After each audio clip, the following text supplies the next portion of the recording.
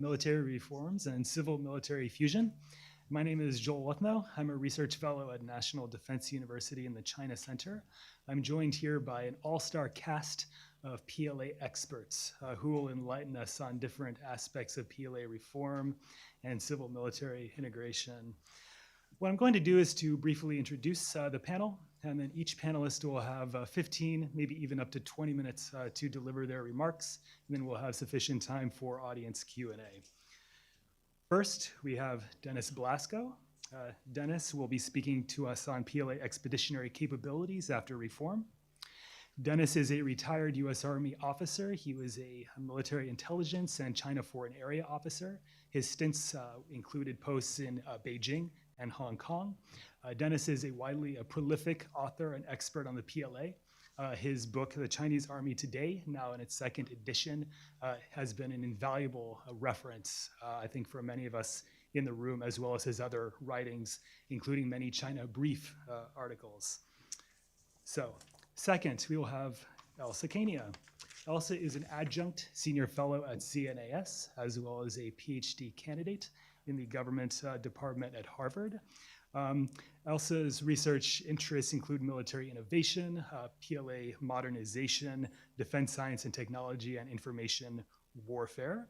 She has also, I see, been named a mad scientist by the Army's Training and Doctrine Command. So Elsa is also extremely prolific, certainly one of the rising, if not risen, stars in our community. Elsa will be talking about learning without fighting, PLA preparations for future warfare. And finally, we have Ziyang from the China program at RSIS in Singapore. He is also a prolific author and a rising star in our community. His publications have talked about defense industrial reforms, military mental health, PLA information warfare, and non-traditional security issues. And he will be presenting on Chinese military mental health systems in transit. Okay, well, with that being said, why don't we start off with Dennis? Well, thank you, Joel. And thank you, John, and thank you, Glenn, for the invitation to be here. John asked me to talk about expeditionary capabilities, so I thought it's always good to start with a definition of what expeditionary is. And as you see from the DoD definition, expeditionary is an expeditionary force is one organized to achieve a specific mission in a foreign country. And I'll repeat that, in a foreign country. And I then thought, okay, well, how is that related to force projection? Force projection is, I think, a larger term, again, out of the DoD definition, but it is the ability to project power, the military instrument from the United States or another theater.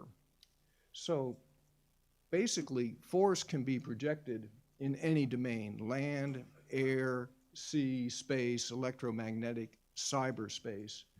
But by definition, expeditionary force, at least to me, focuses primarily on land operations in another country, which of course can be supported by maritime and air power from within that country, outside that country, or whatever.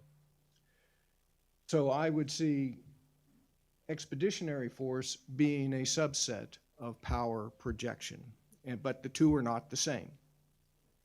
And obviously, getting there, how that force moves into the theater to perform whatever mission is required is a major element of expeditionary operations. Naturally, foreign bases are very useful in both expeditionary and power projection operations.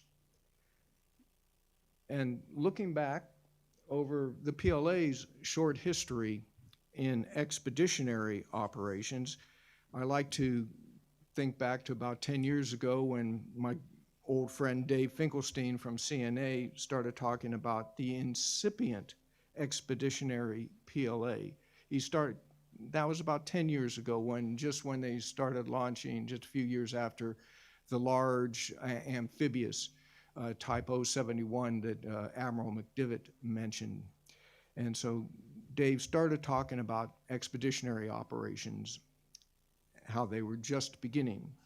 Well, actually, by the definition of DoD, the PLA had actually been involved in what could be termed expeditionary operations even before that, primarily in the UN peacekeeping operations, which they have been involved in starting in the early 90s and then continuing all the way to today. They've been involved in quite a number of them, mostly in Africa and the Middle East. And today they are involved in 6 operations with the PLA being the main participant. And most of these operations, the UN PKO operations, involve transportation, logistics, medical or engineering forces on the ground. It's only been within the past 5 years or so or less that they've started deploying actual infantry units up to a battalion size on a very limited number of missions, and I believe they've dispatched about 5 battalions so far into what is sometimes can be a combat situation. Mostly these battalions are operating in Africa. So they have been using PKO operations to learn about expeditionary operations, and one of the most interesting things about the way that they manage the PKO operations is they rotate them among the various previously MRs, military regions, and now among the theaters. And within those MRs and theaters, they rotate those Army missions among the various group armies so that many headquarters can be involved in learning the basics of taking troops from China and moving them halfway across the world. The vast majority of deployments on PKO operations have been done, however, by civilian air. And just in the past month or so, they made a big deal out of the PLA Air Force heavy lift airlifter moving a PKO force into place in Africa, I believe. Another example of expeditionary operations would be the combined operations or combined exercises with other foreign militaries.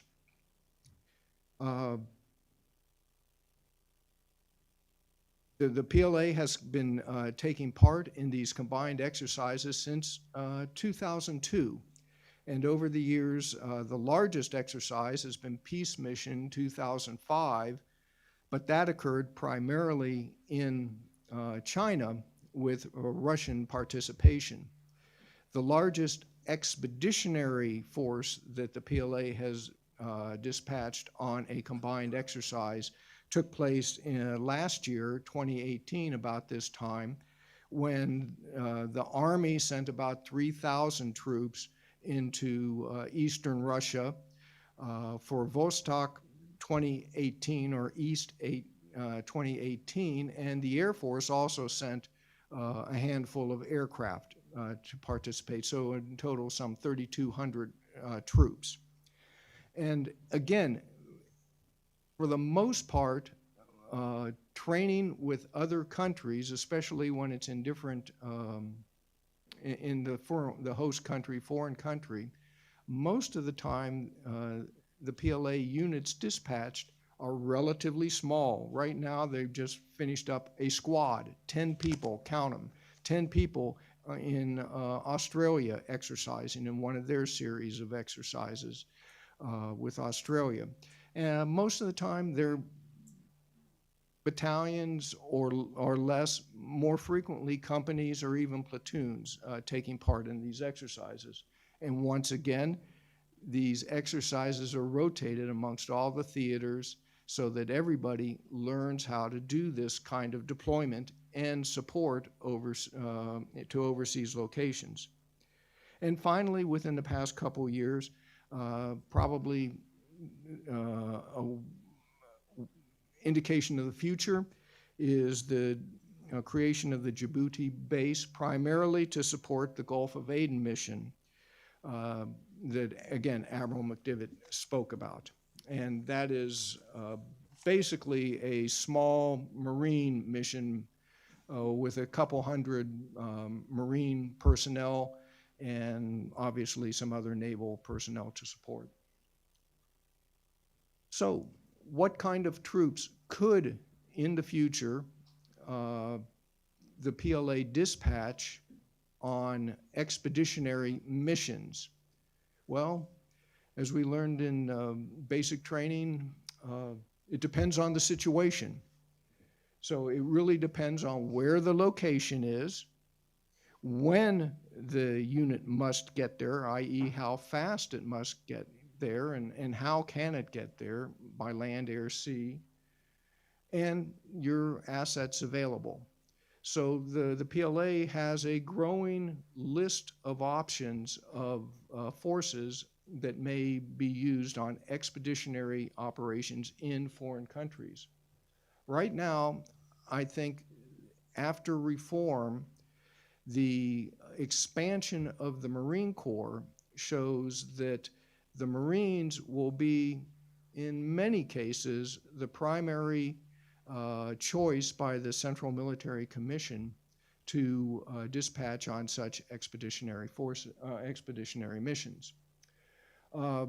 Currently, the Marine Corps has been expanded from two brigades that existed in the South China Sea, the South Sea Fleet, for the past 20 years, and now there are 4 additional Marine brigades, 2 in the Eastern Theater and 2 in the Northern Theater, which were transferred and transformed from former Army units. So there's currently a total of 6 Marine, basically infantry brigades. Now, of the 4 new brigades, the Department of Defense tells us that they have not all been fully outfitted and equipped for their Marine missions. So the 2 older former brigades are probably the ones most ready for deployment.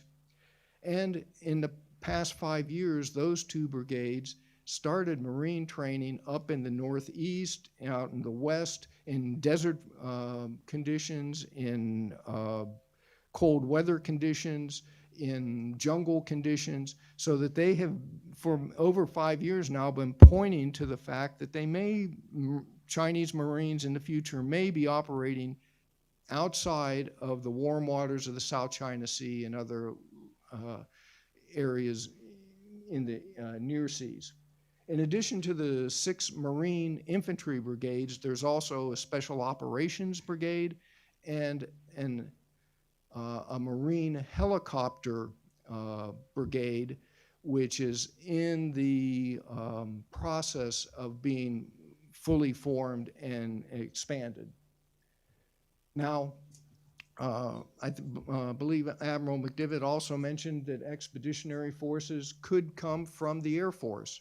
Well, in the PLA, the Airborne Corps is part of the Air Force. So during these reforms, the 3 former divisions have been changed into 6 brigades. You still got about 30,000 roughly light infantry, some a little bit mechanized infantry, 6 airborne brigades, plus they have, as I mentioned before, in Vostok and other exercises, they have deployed PLA Air Force fighters and fighter bombers overseas to exercises. So potentially you could have air expeditionary forces either to operate on their own in conjunction with other forces or to support PLA operations. Both Air Force and Marines probably now number about 40,000 personnel. PLA Army units could be used as expeditionary forces. The PLA, as the second bullet notes, the Army has retained its amphibious units.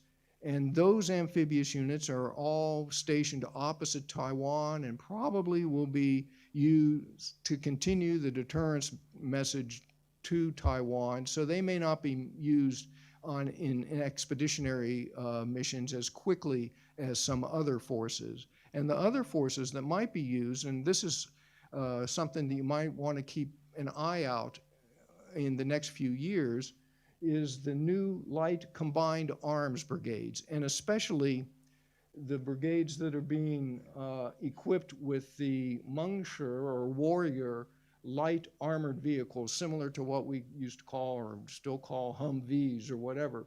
But there's maybe 2 or 3 of these light Mengshi brigades being formed and being trained. What these guys could do is they could be loaded onto aircraft and moved a lot faster than heavier armor vehicles could be moved. And so watch in the future to see if these Mengshi, right now they're operating in battalions, see if they might be training for expeditionary type operations.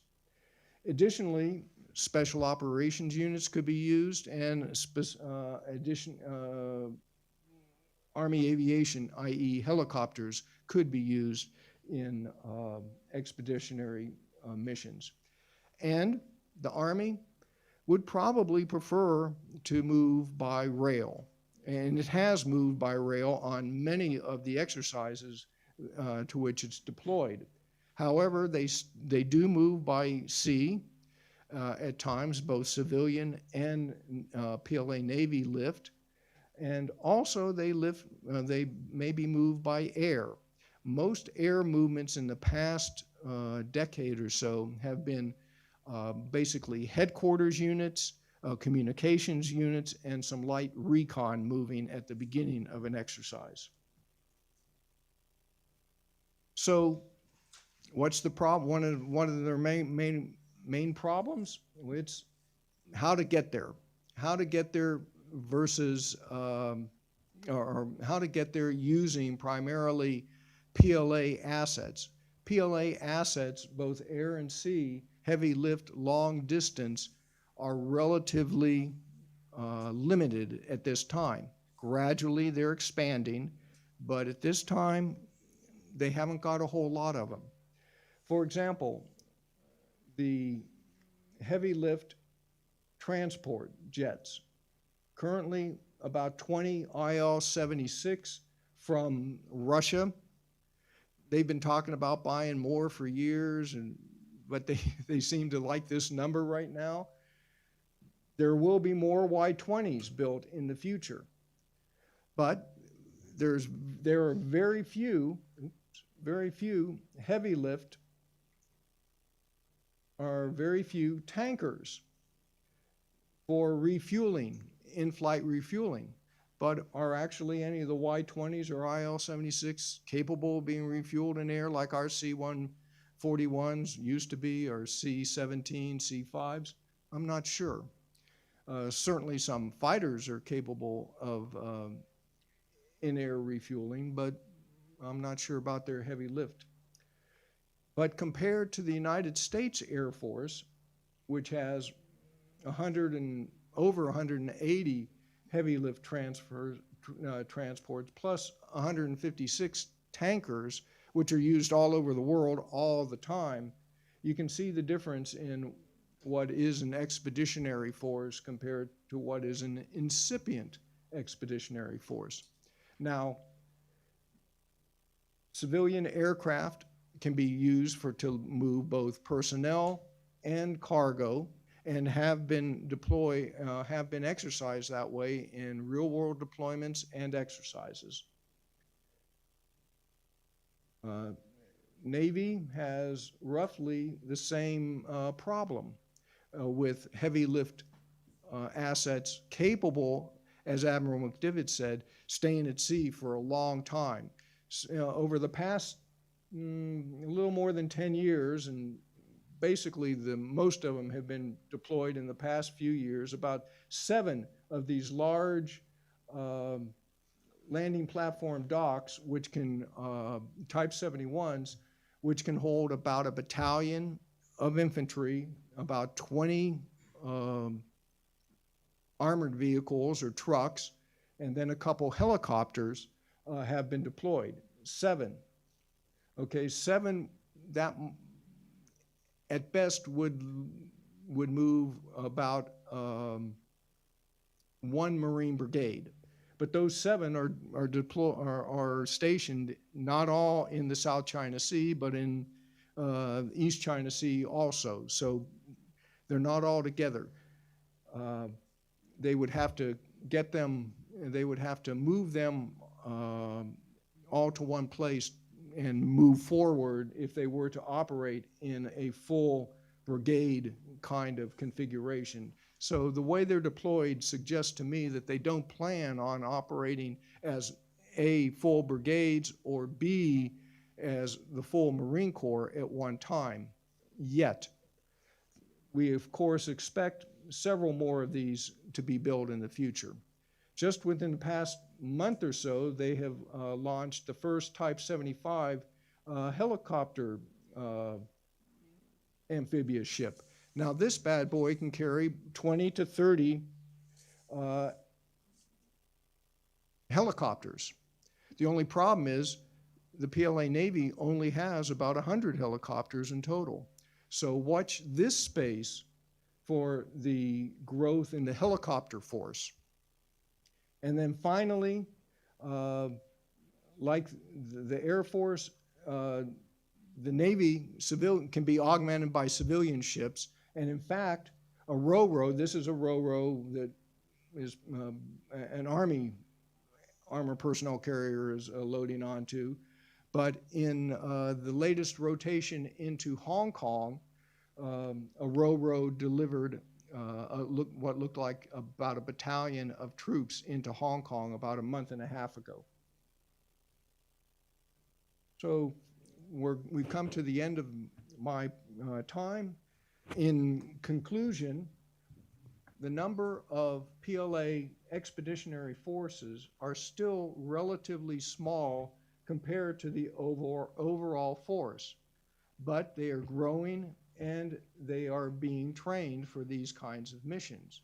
Yet a very large percentage of the PLA is still oriented toward continental defense and defense within the first island chain or near seas defense. Moreover, only a relatively small number of personnel have actually participated in UN PKO operations or even exercises with foreign countries.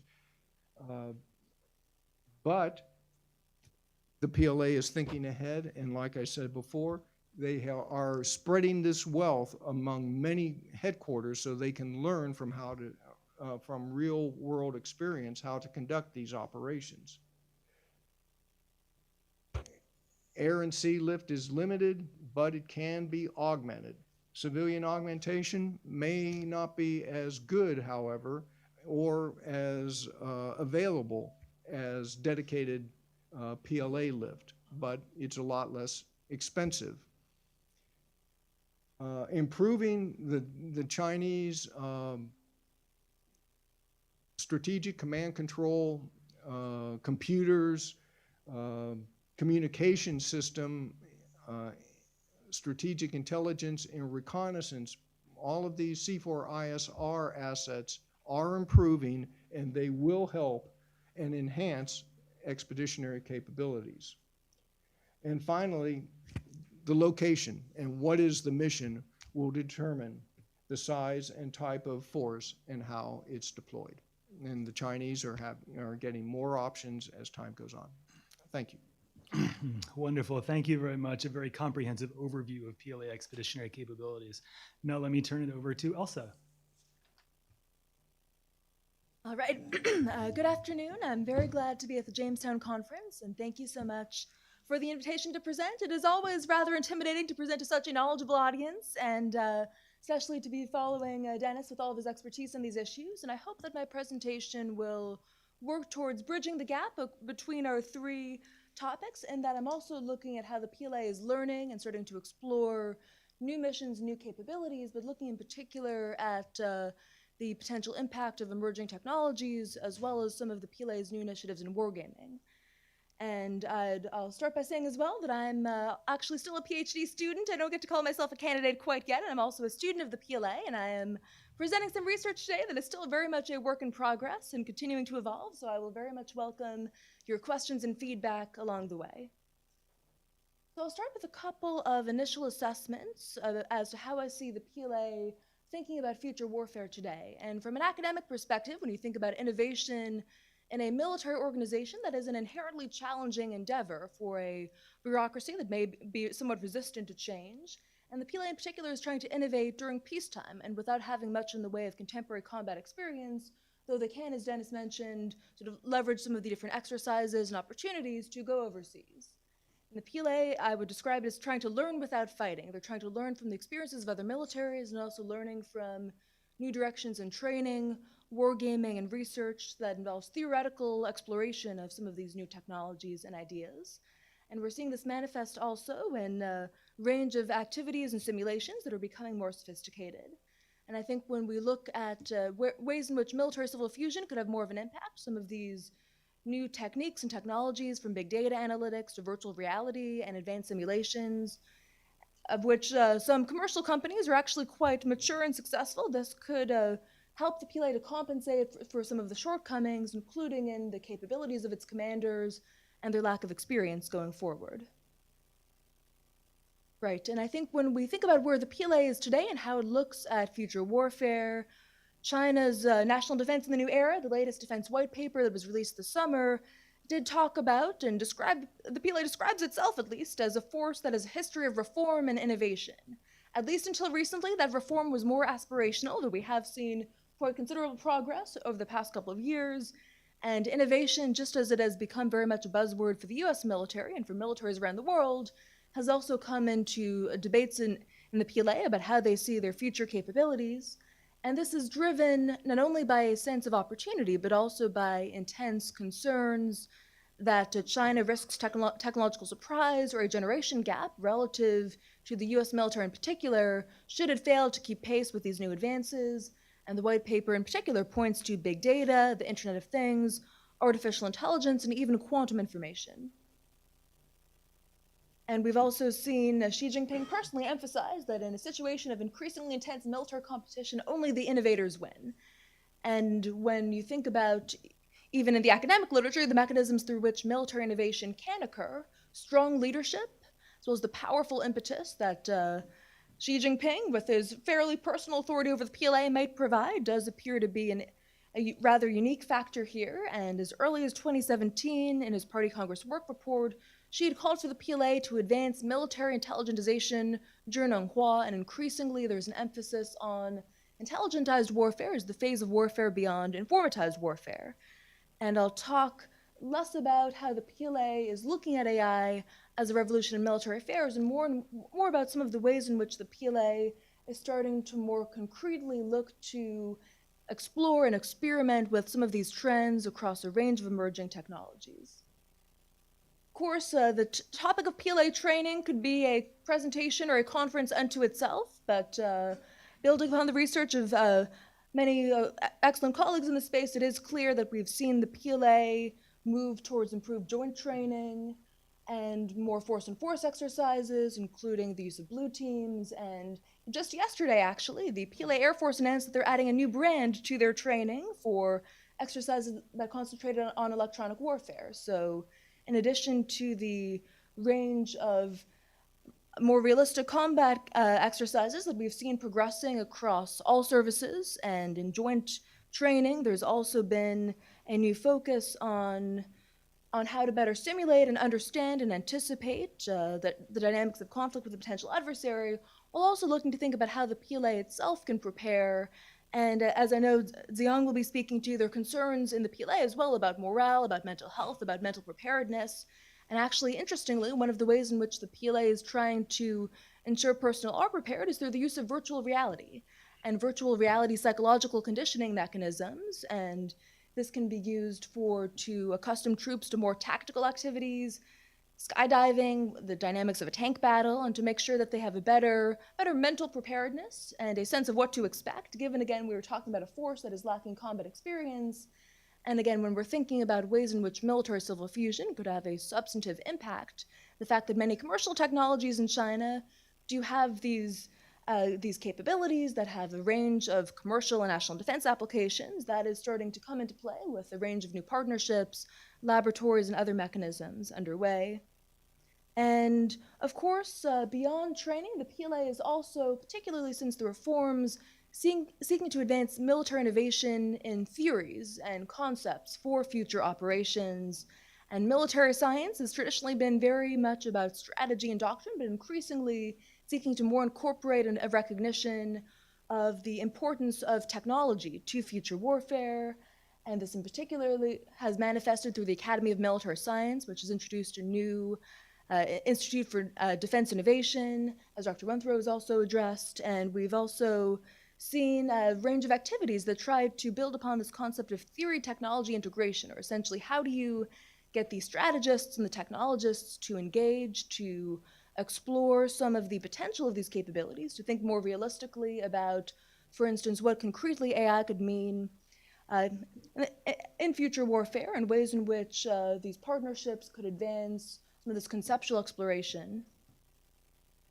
And there's also increasingly a range of writings and strategic thinkings that talk about new types of dominance that will be required for the future battlefield, from command of biology to mental dominance, to the notion of having dominance over intelligence, and also exploration of ways in which the PLA, still seeing itself as a weaker military, could leverage asymmetric approaches to autonomy or trying to subvert an adversary's AI-enabled capabilities.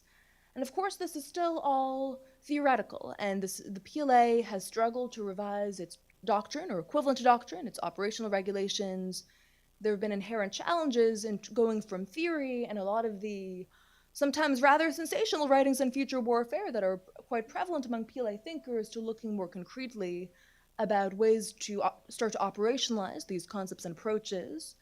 And one of the ways in which the PLA is increasingly struggling with the reality beyond the rhetoric is looking at military big data, and recognizing that when we think about this future battlefield, in the words of one defense academic, without data you can't wage warfare. Data has become the lifeblood for both today's informatized and future intelligentized operations, and this extends across a range of defense applications, from mobilization to logistics and enabling operations, to the actual situational awareness required for success on the battlefield. And increasingly, the Academy of Military Science has convened a series of symposiums on military big data, including industry partners and stakeholders.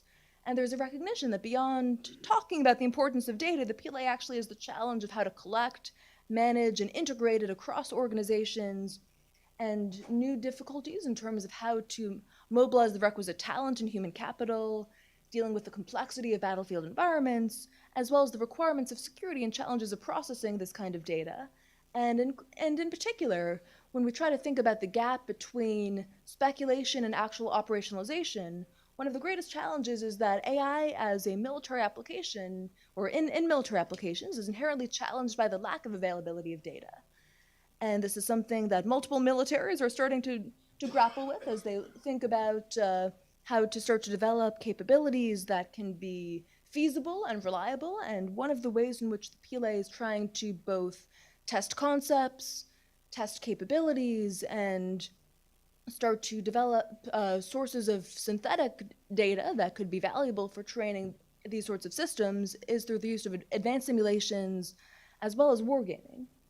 And I will try to walk through this part of the presentation fairly quickly, but I think there's a lot that could be said on the past, present, and future of PLA wargaming. It is a rather fascinating history, from the potential influence of Go as a proto-war game, to the influence of Qin Shuisen and his efforts to introduce operations research, to the development of the PLA's first computerized wargaming system in the 2000s at the National Defense University. But I think one of the major trends today would be the commercialization and popularization of wargaming in China, and ways, again, in which new technologies, advanced data analytics, virtual reality are starting to be incorporated. And this has started to enter use more prominently in the PLA, from professional military education to national defense education, and wargaming from more historical scenarios, like the Gulf War, to trying to anticipate what operations in space or cyberspace could involve. And I will quickly walk through what I think is one of the more interesting elements of this initiative, and that's the fact that there has been something of a renaissance and revival in wargaming in China under the umbrella of national defense education, and trying to better engage students and society in thinking about military affairs and developing strategic proficiency. And this is actually occurring on quite a large scale, starting off with a series of initial competitions in Beijing around 2014, to a series of several national tournaments over the past couple of years that have involved thousands of students at universities throughout China, and national finals held at the National Defense University's Joint Operations College. And this has progressed in terms of both the number of participants as well as the sophistication of the war games that are being used. And I'll just provide a brief overview of each in the time I have remaining. It is interesting to see a progression from a more tactical scenario in 2017 to a maritime operational contingency that was more historical in character in 2018, to more of an advanced future commander a scenario with joint operations, and that more flexibility for 2019, with the finals for this tournament coming up in December. As we can see, this initial platform was fairly tactical, multiple terrains, mostly ground warfare contingencies, tank warfare and whatnot. The next was more historical, looking at U.S. Japan naval battles, carrier operations, anti-submarine warfare. And then this latest round, this year ongoing, is essentially a civilian version of a joint operations wargaming system that the PLA itself has used, known as Mordza, inspired by some of the commercial wargaming that's been also developed in the U.S., and looking at joint operations across air, sea, space, and the electromagnetic domains. And this is a game that's being played by students throughout China who are competing to make it to the national tournament, and also this is corresponded with how the PLA itself is increasing the sophistication of its own activities and trying to prepare commanders to overcome some of the command deficiencies and concerns about their decision-making capabilities that Dennis has written about quite powerfully in the past. So I think increasingly there are ways in which this is not simply an activity for students, but actually a practical endeavor in which the PLA is looking to explore dynamics of both the use of AI in wargaming, which is not a new phenomenon, has a long history going back to the 80s and 90s, but increasingly more sophisticated approaches to AI systems that can operate in the simulated environment, and looking at human-machine and machine-machine confrontations in ways that could have relevance to exploration of future decision support capabilities. So I think this speaks to some of the connections we're seeing between the future capabilities that the PLA envisions developing, and ways in which it is trying to learn and experiment in the near term in more practical ways that intersect with its concern over education and cultivation of human capital. And finally, in conclusion, I'd say I think increasingly we're seeing that across the board there is, at the core of Xi Jinping's agenda and ideology, is a strategy for innovation-driven development that extends to how China thinks about the future of military power. And China is catching up on multiple fronts when it comes to technologies of the future, as we all saw with the military parade on October 1st, from unmanned systems to hypersonic weapons. PLA is trying to be at the forefront of this competition in innovation, and potentially the efforts to advance intelligentization and explore new directions in innovation could start to overcome some of the prior inertia and including some of this wargaming as one of many mechanisms through which the PLA is experimenting and preparing. So I hope this has provided a decent overview of some of the topics and directions my research is exploring. I will very much welcome your comments and questions, and I will now turn it over to our final presentation, and looking forward to learning more about mental health in the PLA. Hello. I'll just do my presentation standing up. It'll be easier for me to see the information on screen. So today we're going to talk about PLA mental health. I know this is the last presentation, the last session, so you guys' mental health is probably not that good right now. So I will start with an interesting story and hopefully I can recapture you guys' attention. Gavin Reef incident. The story took place 30 years ago in 1990. Today, Gavin Reef is one of the more fortified islands in the China-controlled Spratly group. But a long time ago, it was actually a spot of tragedy, and perhaps it's still haunted today. The story took place November 1990. After losing contact with the 11-man garrison on Gavin Reef, the PLAN South Sea Fleet, they sent an investigation team to see what's going on. You know, several days, no contact, what's going on? So they arrived on Gavin Reef on the 7th of November. And what they found was actually quite gruesome. Out of the 11 men, 6 were dead from either strangulation wounds or gunshot wounds. And the other 5 disappeared. Nobody knows where they went. And the search of the perimeter, they found Chinese-made AKs littered in the waters nearby. Also, a life raft was missing. So initially, they suspected it was the Vietnamese because they held 2 islands flanking Gavin Reef. And 2 years ago in 1988, China beat Vietnam at the Johnson South Reef, and they thought it was the Vietnamese special forces getting revenge on the Chinese defenders. And then they suspected the Taiwanese who held an island north of Gavin Reef. But then a third theory came up. Actually, Gavin Reef was one of the islands with the worst living condition at the time among all the Chinese held the Spratly islands. And there were 11 guys on the island, and they were from 2 different hometowns, okay? And due to the scarcity of resources, they suspected eventually one group, the group split, and one group snapped on the other and killed them. And then they took the life raft and went somewhere beyond the horizon. Nobody knows what happened until today. It's still confidential after 30 years. But please remember today when we look at China's island building initiative in the South China Sea, this sort of raising the living standards of the garrisons there is one way to ensure this sort of like cabin fever mental breakdown never happens again, like what happened 30 years ago. Okay, so today when we look at the PLA studies, we see some of the hot topics include South China Sea naval projection, cyber, A2AD assets, nuclear deterrence, but please remember, behind all these cutting edge technology, there are human operators, there are human commanders. They're making decisions, they're making analysis, they're getting intel, they're getting feedback. And without them, none of these things are gonna fly, right? So what happened in this guy's head matters. For a long time, we tried to find out what's making him tick, what's making the average PLA soldier relax, what's pushing him over edge, what's bringing him back from the cliff. But a lot of times we got a bunch of question marks. We don't know really what's going on. We have snapshots, we have some numbers, but overall the data haven't been made available. So this is what my research is trying to fill in, just providing the data, providing the numbers. If you look at the official narrative, of course, they always try to present to foreign domestic audience that PLA soldiers are strong, they're tough, they're hard asses, they won't be defeated. But what's really going on? We need to dig deeper than what they present to you and put in your face, right? We have to look further. So a few questions going in. What is the status quo of mental health in the PLA? What are the challenges and what's being done to address these problems? Also, you know, what exactly is the importance of this research? I would say mental health is critical to morale, to war readiness, to combat capability, especially in high pressure, high tempo modern wars that we're facing right now in the future. A little bit on my sources. 90 to 95% of my sources come from Chinese PLA medical journals done by PLA psychologists and psychiatrists, okay?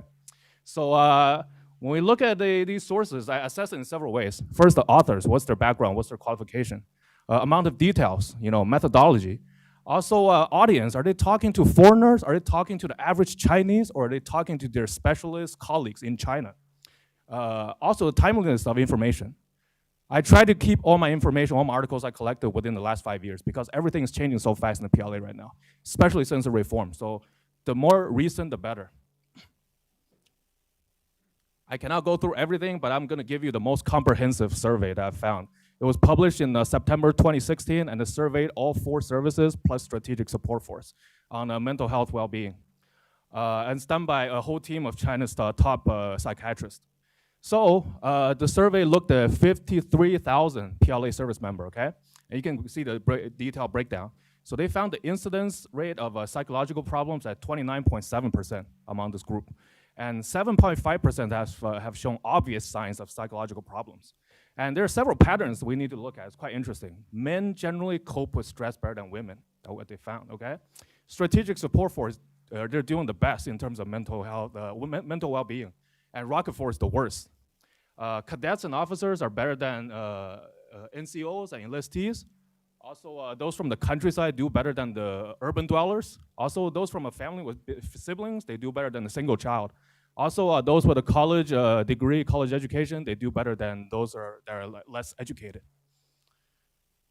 And I'm gonna talk a little bit about how the environmental factors, because if you look at China's current security focus, going from the Sino-Indian border to South China Sea, East China Sea, these are tough environments, and we need to understand, how the garrisons there are doing.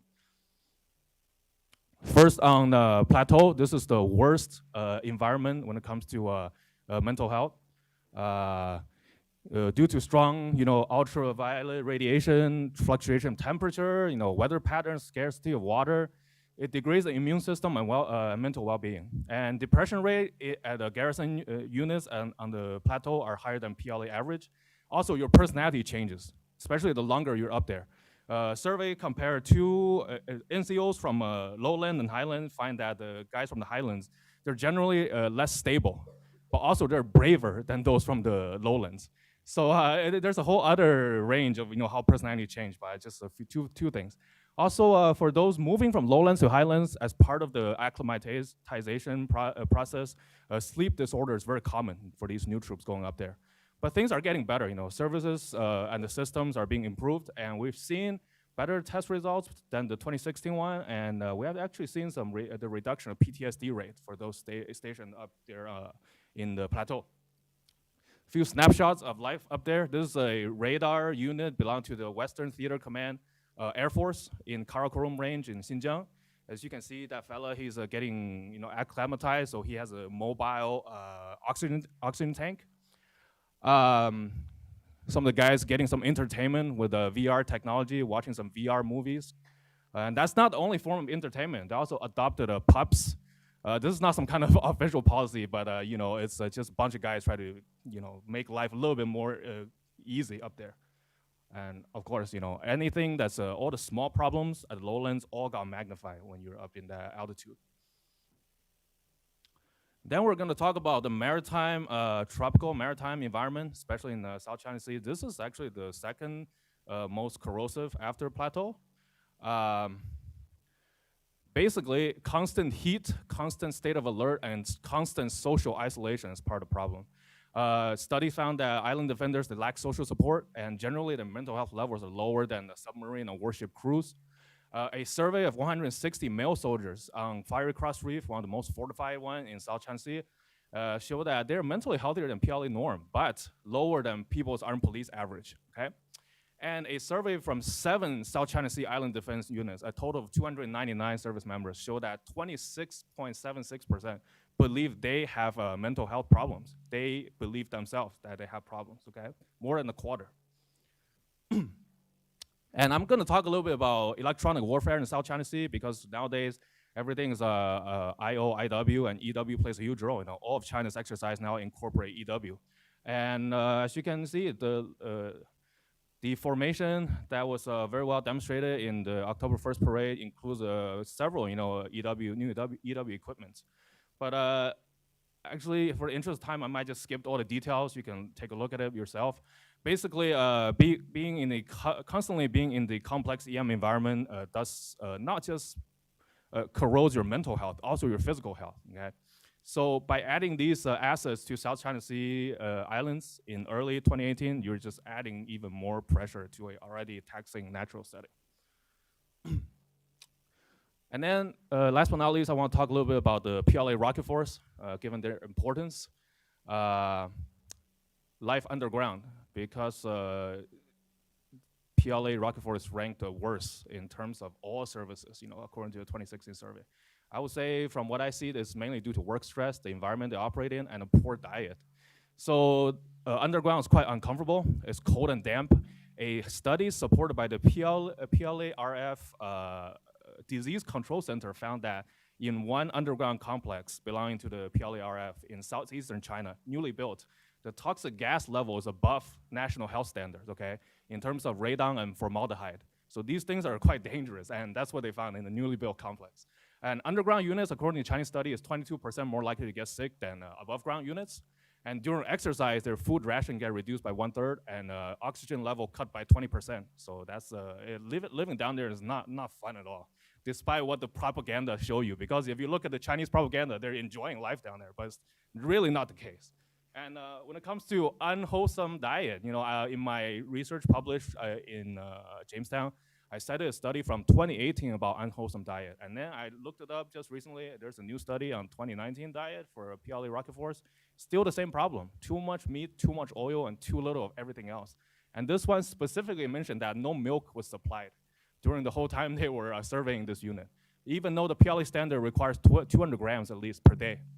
And you see deficiency in vitamins, in different essential vitamins. So that's a huge problem, A little bit on rocket force engineering core, because it's not just about launching rockets. These guys built and maintain the subterranean complexes that hides China's rockets and missiles. So what we found is that they work 6 days a week, okay? This is heavy work, 8 hours to 14 hours per day. Some even work longer. 75% say their work is pretty tough or very tiring. 65% see their own health as okay or bad. And they cited dust, noise, toxic gas, dampness, and poor ventilation as some of the concerns. And almost 40% are unhappy with their protective gear. They say it's low quality and it's not up to standard. And almost 1/3 feel depressed. So it's not a very cheerful picture, being in the rocket force and down there underground.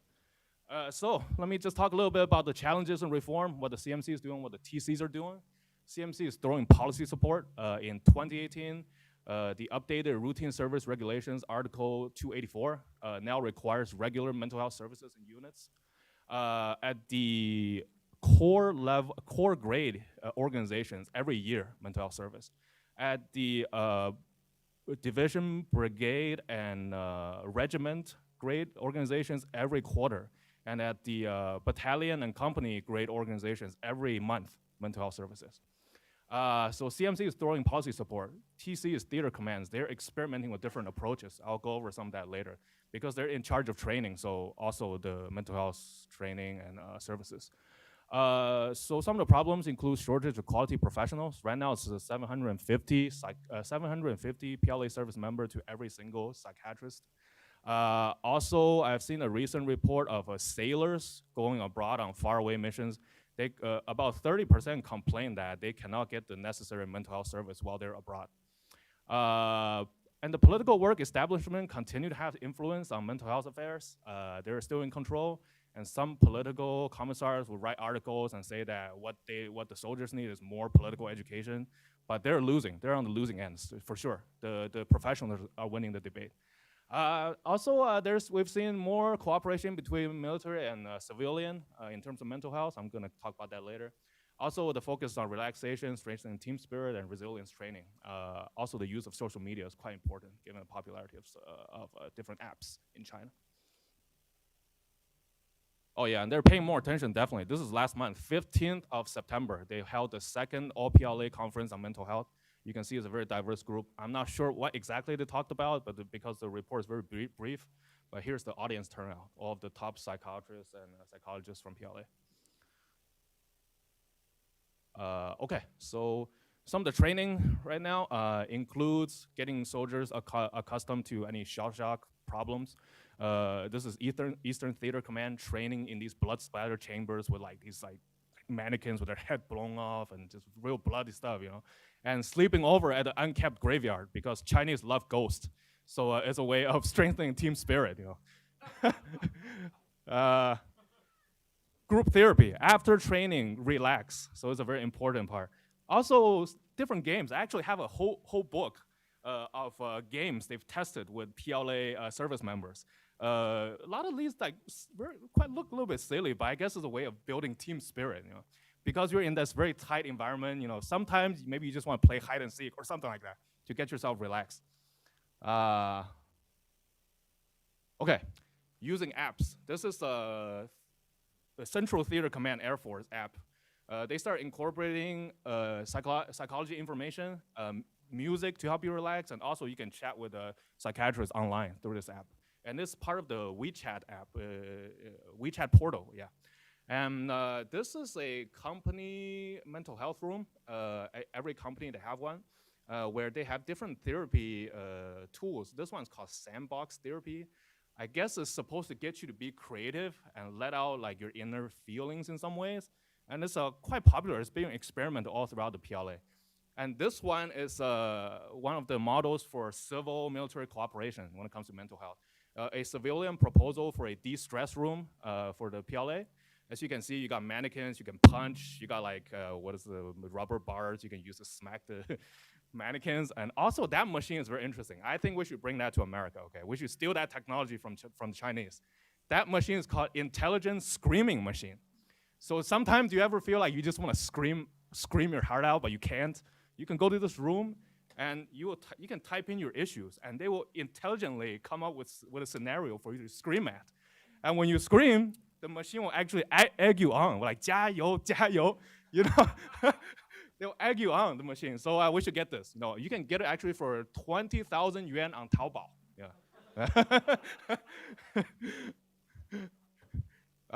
More civil-military cooperation. Here's Dr. Sun. She's visiting a Xinjiang unit. So she come up with all these therapies and smaller games to sort of bond soldiers together, help them relax. And in the corner, you see that one of the de-stress rooms at work. Guys throwing some punches. And the wall over there says a graffiti wall. So actually, you can write sticky notes of how you feel. You put it up there, or you just do some graffiti, just because you're constantly in this like very orderly and hierarchical environment. So it's a way of small things, it works over time.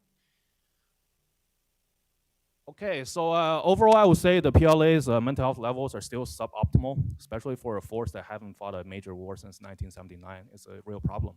Also, when we look at the security hotspots, these are highly stressful areas for PLA service members. And finally, CMC and TC are working together to provide policy support and provide experimentation to better the situation. And finally, I want to say that mental health is very important, not just for military men, also for civilians like us. So don't work too hard, take a break, and take care of yourself.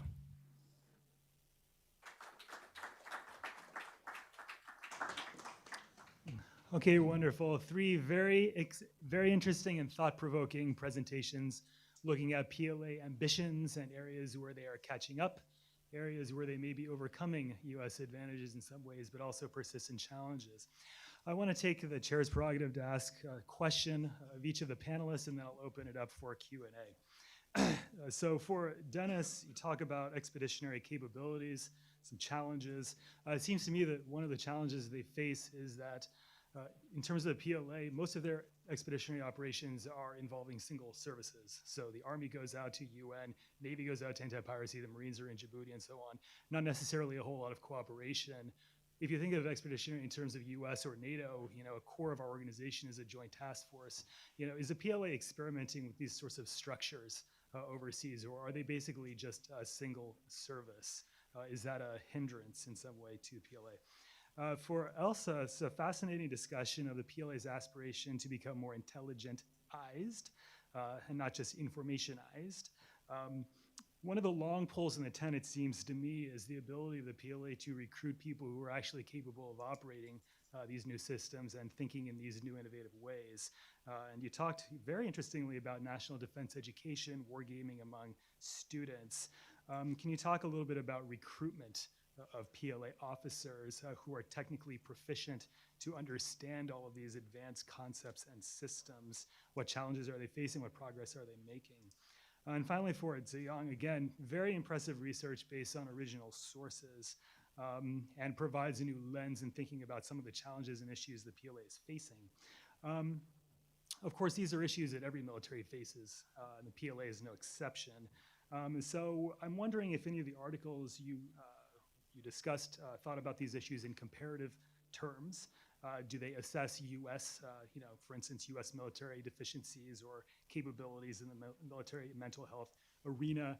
Is it your assessment that the PLA is actually finding ways to overcome or to think of new and innovative ways of addressing mental health issues that perhaps even other advanced militaries haven't thought? So is this an area where the PLA is not only catching up, but potentially leaping ahead of other militaries? So I'd like you three to address those very concisely, and then we'll open for questions. Thank you, Joel. As for actual operations overseas, you were correct. Unless I've missed them, most of them are single service operations. However, within China, they have been practicing in large-scale joint operations prior to the 2016-17 reforms. They had been practicing for what could be expeditionary operations, which included, in some cases, moving forces by air, land, and sea, or any combination of the above.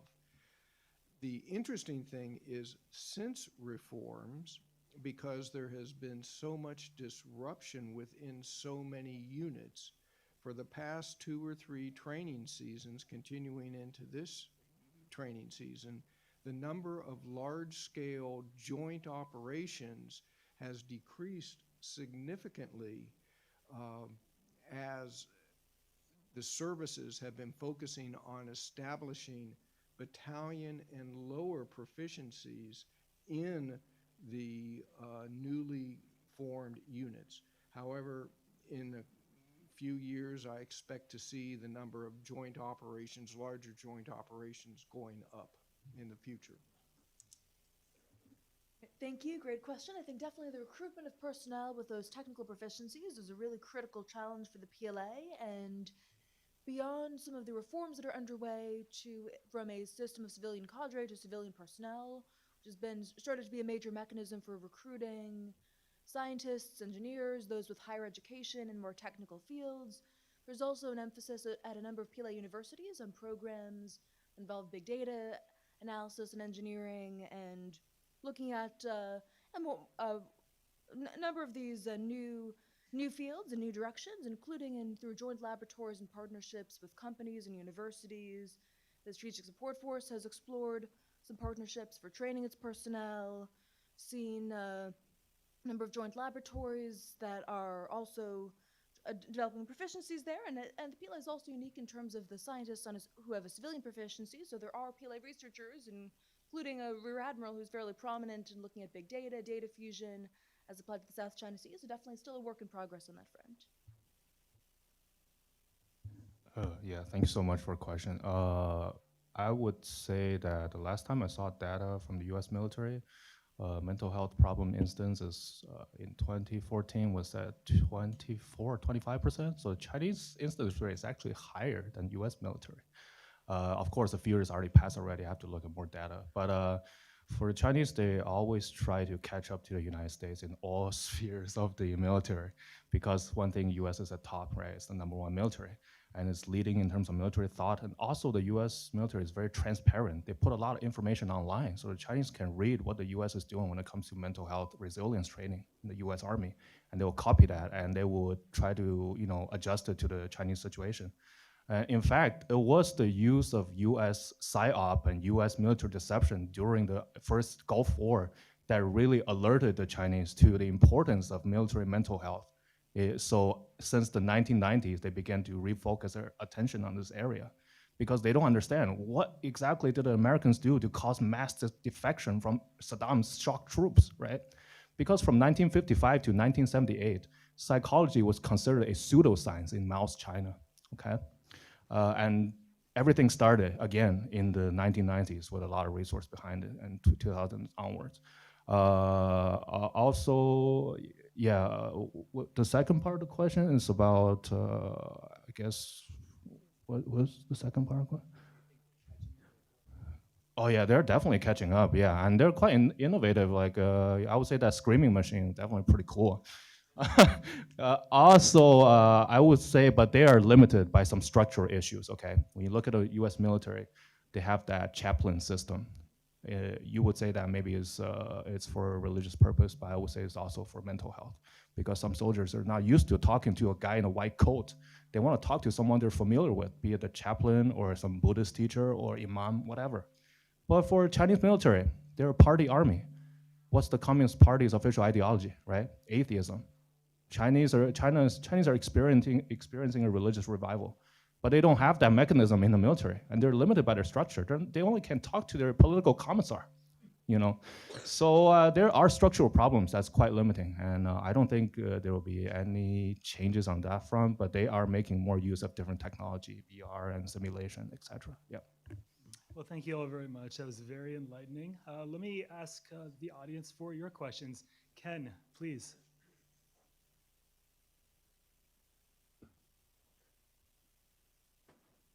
I have a comment or a question for Dennis and a couple comments for Yongza.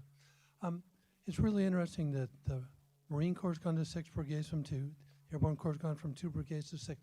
But that started in 2016, but in June of 2017, the Marine Corps abolished its Marine Corps College or Academy, and the Air Force abolished its Airborne College. And I talked to somebody, a good friend of ours recently, and he thinks that it's the Army, maybe either infantry or artillery academy that might be teaching them. So the question, if that's the case, do they bring in, let's say, I'm making this 500 new high school students or outstanding enlisted people, and right off the bat they say a third's going to the Air Force, a third's going to the Army, a third's going to the Marine Corps, or do they wait till they graduate to the Air Force, Army, Marine Corps uniform? Do they wait till they graduate and then they assign them? So that's kind of issue number one. Then for Young's, a couple of things. The projects we're doing on the PLA Air Force, 2 things. Back in 2004, when they had the 10th downsizing of 200,000 people, 85% were officers. And I talked to PLA Air Force officers at the time. They said morale had never been lower because, number one, what they did is they combined organizations, like they combined the operations and training department, cut the staff in half and gave them twice the responsibilities, and they weren't sure what was going to. But in this one, what we're reading and stuff that we're looking at is 2 things. Number one, there's 3 things that they're looking at. Number one is that people are concerned that they're not going to get promoted because the 300,000 downsizing, half officers, half enlisted. So concern. Number 2, a lot of units moved from place A to place B. Their families are still back there. Number 3, most important, they said they're almost doing too much training. And then the third part, you mentioned 79. And just to confirm, in 79, the only forces that participated in that conflict were Army. No Air Force, no Navy, no Second Artillery.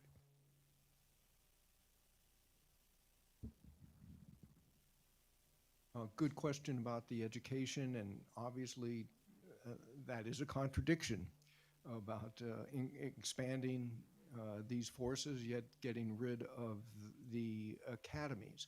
However, in some cases, I believe they have changed some of the academies into training bases. Yeah.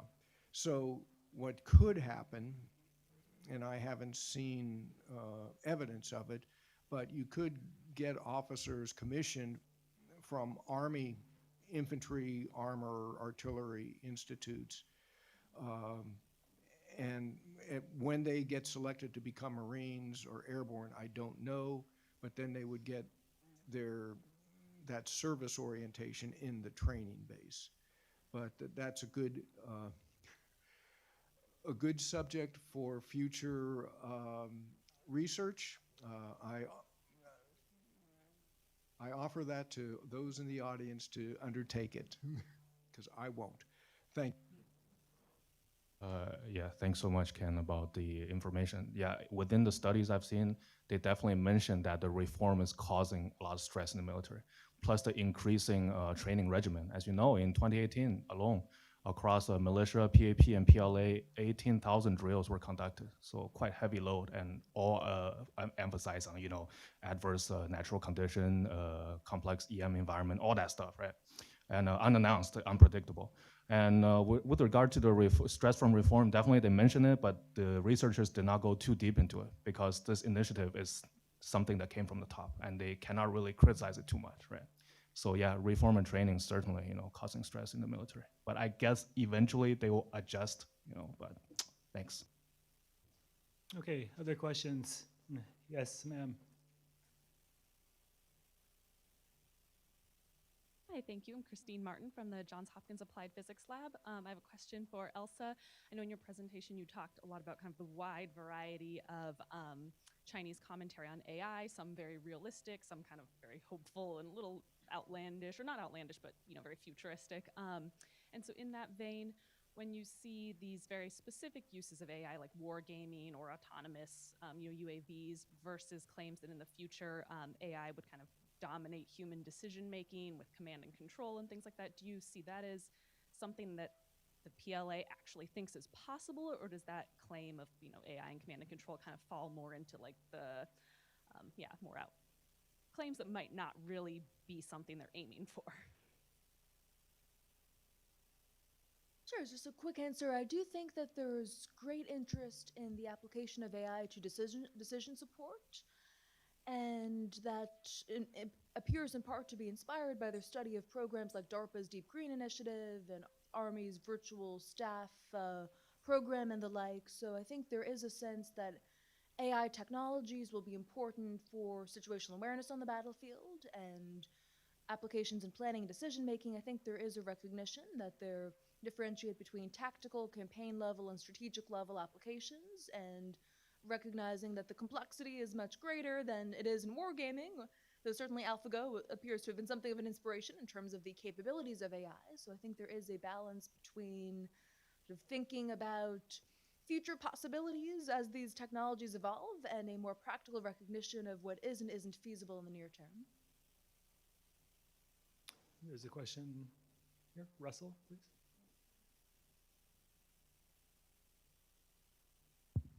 Russell Shell with the Global Taiwan Institute. My question is for Ziyang. I thought your presentation was fascinating, and I was wondering whether in the course of your research you've come across any studies related to mental health of veterans, PLA veterans. And I'm reminded, and I've asked this question because of this massive protest that occurred last year of a lot of veterans. Now, I don't know if that's related to mental health, but there's a lot of different aspects of that protest that sort of inspired this question. And so I was wondering whether or not you have any sense in terms of, of that. And also, relatedly, is if you have any sense, there's probably no data on this, but your assessment as to the effects of the massive, Xi Jinping's massive anti-corruption drive, which has purged, so many senior officers as well as low-ranking officers, and to the extent that that has any impact in terms of morales and issues like that. Maybe give us a sense in terms of what your thinkings are on that. Thanks. Regarding veterans, I haven't done my research, so I cannot speak too much on it. But from what I've seen, some of the documentaries, some of these guys from the '79 war live quite difficult life. There's not much support going on. And when you see some of the protests, they will wear their old uniform, from that olden days with the 2 red insignia and the red star. And they form these solidarity groups, and they're sort of at the forefront of a lot of protests. Although they always hold banner that says, whenever the party tell us to go, we will charge. So they're not exactly on the same protest spectrum as the other protesters in many ways. So I really hope to do more on that. Yeah, thank you for bringing that up. Regarding the second question, could you just remind me real quick? Oh, yeah. So anti-corruption drive. Yeah, certainly it's. Especially devastating for a lot of old guards, right? But we also have to remember that the anti-corruption drive has been slowing down compared to the initial stage and the mid stage. And many mid-ranking officers have risen up since these old guys were gone.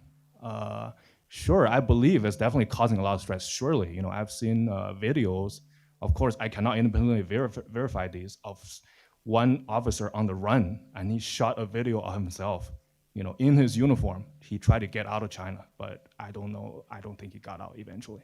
So is a lot of turbulence, especially maybe 1 or 2 years ago, 3 years ago. Of course, for any psychologist, psychiatrist in the PLA, for them to study this issue, I don't think they could publish anything that's critical, regarding this campaign, because just like the reform, the anti-corruption campaign in the PLA is also something from the top, and it's probably makes more sense that you be quiet about it, or else you might become corrupt guy. Yeah. Okay, who's next? Yes, down here, ma'am. Hello, my name is Tor. I'm an associate at Ernst & Young. My question relates to all of the panels have been more military focused, and I was wondering on the military-civil fusion side, where do you see the civil fusion potentially occurring, even with MCF being in more nascent stages? Like, where do you think it could be going, and where are openings? So it's for all panelists.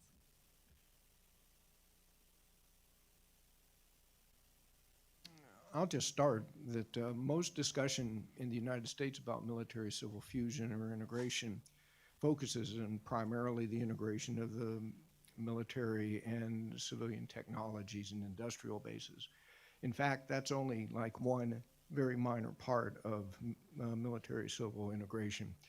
And national defense education is a big part, mobilization is a big part, reserves and militia are big parts. We have to look beyond just the technological integration, and there's a lot out there, and they have been pretty transparent about what is, in their minds, military-civil fusion. They defined it, I think, in the 2015 white paper, and it included everything that I talked about, plus civilian support, logistics outsourcing support to the military. So there's a whole range of things, and we need to look at the entire scope of things. In my opinion, it is their way of trying to keep the defense budget low by hoping, and I'm not sure that hope is a strategy, but hoping that when necessary, the civilian sector will step in and provide the support necessary in emergencies. I'm not sure I'd want to, bank on that if I were in their shoes. And building upon those points, I think we could talk about military-civil fusion all day, and actually the latest issue of China Brief in its totality had a range of different articles there. I guess I would say in terms of concrete initiatives, a lot of what I'm seeing beyond the human capital, logistics support, are growing number of companies that are marketing themselves to the PLA as having particular proficiencies, and a lot of that is emerging in drones and robotics. So SubBlue, for instance, specializes in underwater robotic systems. Yinzhou Tech has done unmanned warships, and the demonstration at sea of a shark swarm of ships spelling out the phrase military-civil fusion. Rather very great for headlines, very eye-catching. A lot of companies I mentioned in wargaming have been working closely with the PLA. So the 3 different national tournaments, it's been a couple different companies that had developed the platforms that were used at scale. A lot of the advanced military simulations, data analytics, and support of military intelligence is also coming from the commercial sector. Some of China's major tech companies have kept something of a distance from the military, especially those that want to have a global presence and partnerships, or at the very least they're somewhat quieter about what they may be doing with the PLA. So for instance, when an Alibaba executive shows up at a conference on military big data, I think that is noteworthy, but not necessarily conclusive as to whether sort of they may become part of the PLA's emerging cloud ecosystem and supporting some of those capabilities. But I think no shortage of examples and anecdotes, including Sugon, which recently ended up on the entity list, and its subsidiaries. But I think it's harder to have a better assessment of the overall landscape and how well these various initiatives are actually contributing concretely. I would say I illustrated some of the civil-military cooperation in terms of mental health service, such as bringing in outside talents and also purchasing equipment from different companies. And during these Shuangyong, double support initiatives, civilian companies would donate new equipment. Maybe they design a de-stress room and build it for the military for free. But other than that, I probably have to look deeper, to come up with any numbers. So that's the overall picture. Any final questions? Yes, sir. Elsa, I wanted to commend you on your presentation. I found the wargaming aspect really fascinating. And I'm not a China expert, but I do, and I'm interested in what are they doing with the wargaming? Is there some type of, does it really make its way into the process? I mean, is this something that in the United States and among Western analysts we don't know much about?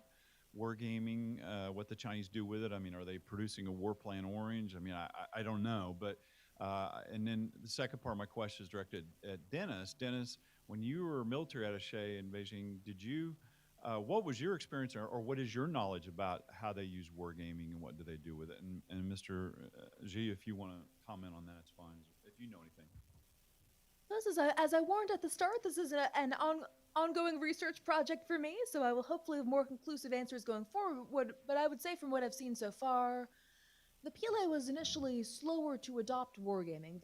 It did not catch on as much quickly. They didn't introduce computerized wargaming until about 2014, but there has really in the past couple of years been quite a lot of momentum behind trying to introduce these both into professional military education at the National Defense University and this National Defense Education Initiative, and it does seem that it is one of the ways in which the PLA might be thinking about developing new concepts of operations, testing approaches to planning.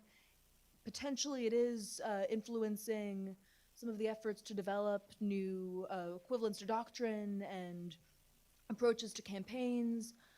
There is a lot of literature about some of the technical features, and it's also been interesting to see a lot of the same senior defense academics who have a background in wargaming are now looking very much at AI, and the PLA had looked at the first wave AI in wargaming as early as the 90s, but it seems that there are more advanced efforts, including involving the Chinese Academy of Sciences, Institute of Automation, and it does appear that there's also a close study of how the U.S. uses wargaming and how there's been a revival in American wargaming initiatives, but I don't have as much of a technical background in wargaming as I would like, so I don't have the best basis for comparison, but anecdotally, I'm part of a wargaming working group where we are starting off with board games, which are useful for learning, but sort of the sophisticated multiplayer online simulations that Chinese universities are using even for undergraduate students, let alone the platforms that are used for for professional military education, for officers in terms of future joint operations, does seem to be maturing and leveraging the fact that China has a lot of companies that are quite proficient in gaming, virtual reality, and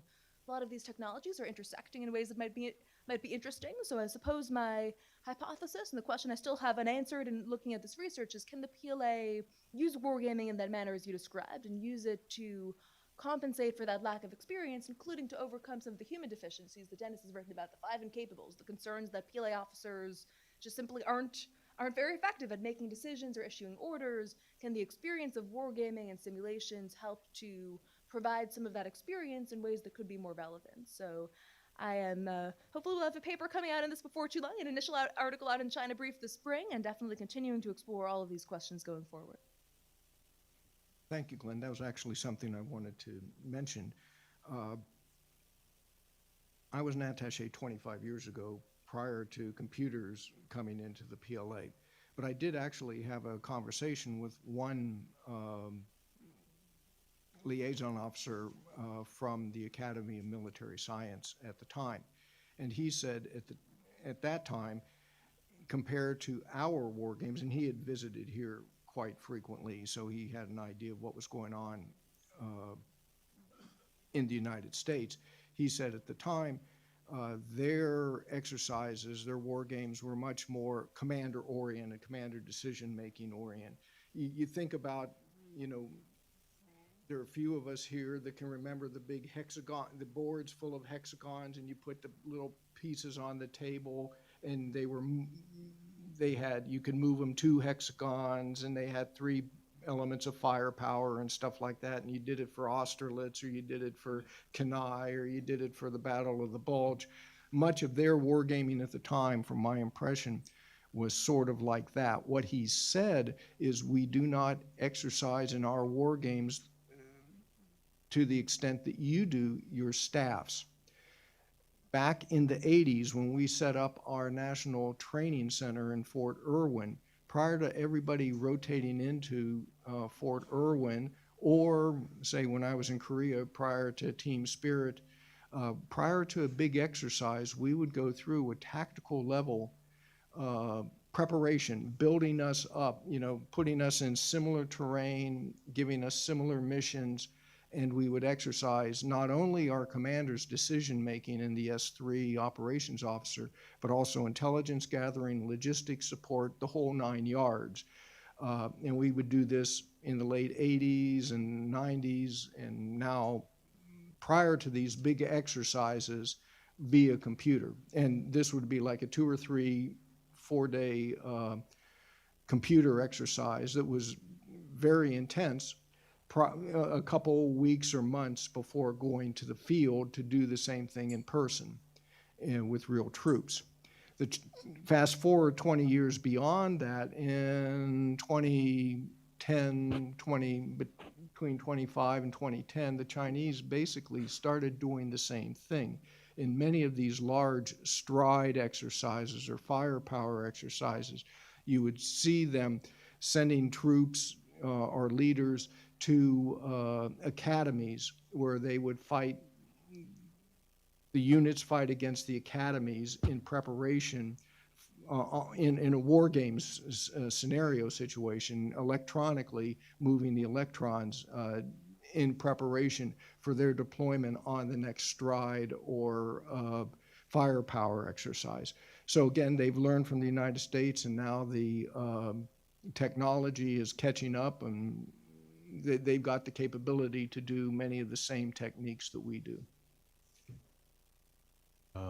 I just want to offer a little bit insight following up what Elsa said about board games. So within the Chinese military, there's actually something, I don't know when they developed this, but they call like 战棋. It's like a board game, but on a much larger scale with all the topographical features. And actually, they published a book just last year on this military chess, how to use this, how to reach your objective, and this and that. A few years ago, there was an article. I know you're interested in Russia, so the Chinese conducted exercise with the SCO countries. And they actually taught this 战棋 system to the Russians. And the Russians actually, oh, this is pretty interesting. So they started doing some of this as well, following exercise with the Chinese. So that's just my 2 cents. Yeah. Okay, thank you to all the panelists. Great presentations, good Q&A. If you weren't able to get a question in, I'd encourage you to approach the panelists afterwards. But let's stop there and give everybody a round of applause.